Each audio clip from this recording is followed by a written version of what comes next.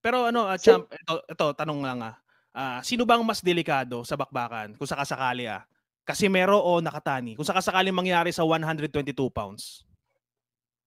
No, para sa akin ano, talaga the beast talaga si ano, si Casimero, para sa akin. Kasi nasubukan ko na kasi yung pag-sparring namin gamit namin 14 ounce. Kumukuryente na yung ano, kumukuryente na yung suntok ni Cuadro Alas. Yung kay Nakatani na kalaban ko personal, we use 8 ounce. Pero sa tingin niyo 'di ba ano, ilang round ako pinatigil at saka pinatigil ako, hindi ako tumigil at hindi ako natumba.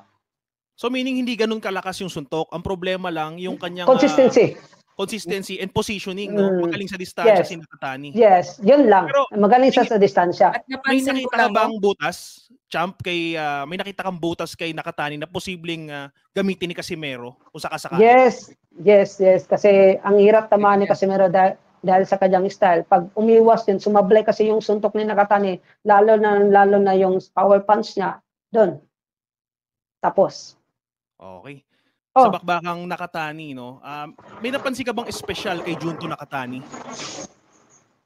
stage call dyan kay Nakatani, ano naman, parang regular lang naman siya kasi ano lang talaga, nandun siya noon sa alay, natalo siya ni Marco Pumar sa Namache boxes. So, bigla siyang ano bigla siya nag-grow ba kasi siguro kasi dahil sa suporta ng ano no Japanese no Japan no kasi meron silang ano mga sistema machine at saka nagiging scout yung knowledge at wisdom nila is galing sa iba't ibang bansa. So yun ang importante kasi para mag-gather yung knowledge at saka mapabuti yung mga boxer nila diyan sa Japan.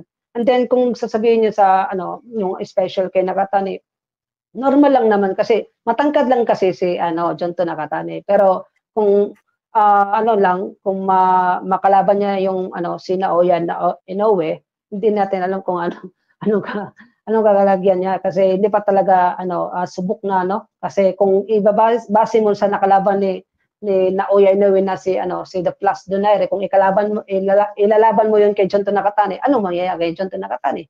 Base yeah. lang doon. Okey. Ah, Champ Milan, in terms of power punches, ito bang si Junto Nakatani talagang malakas ba sumuntok o talagang package fighter lang talaga siya? Package fighter lang siya kasi consistent lang para mapatumba yung kalaban niya 'no, consistency lang, yung kay Astrolabia talaga timing lang 'yun, ano lang 'yun, parang lucky na nagawa lang lucky punch na opening talaga 'yun kasi tumaas yung ano, yung, guard ni Astrolabio.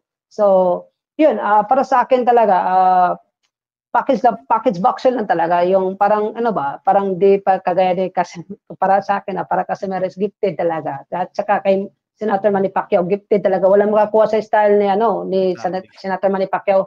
Grabe Yeah, 'yun, hindi mo lahat hindi mo 'yun makukuha lahat basta-basta, you lahat need ng to train talento it nando'n na. decades. Lahat ng Mm, talento nando'n Oo. na, lahat ng talento ng boxing. opo. Yeah, So, maraming salamat, Champ, naki-ano lang ako, umakyat lang ako, pati kay Oyod Yes, Boxing. Magandang gabi, Champ, okey. Good luck sa ano mo, Okey, good luck sige sa po. channel mo. Maraming salamat.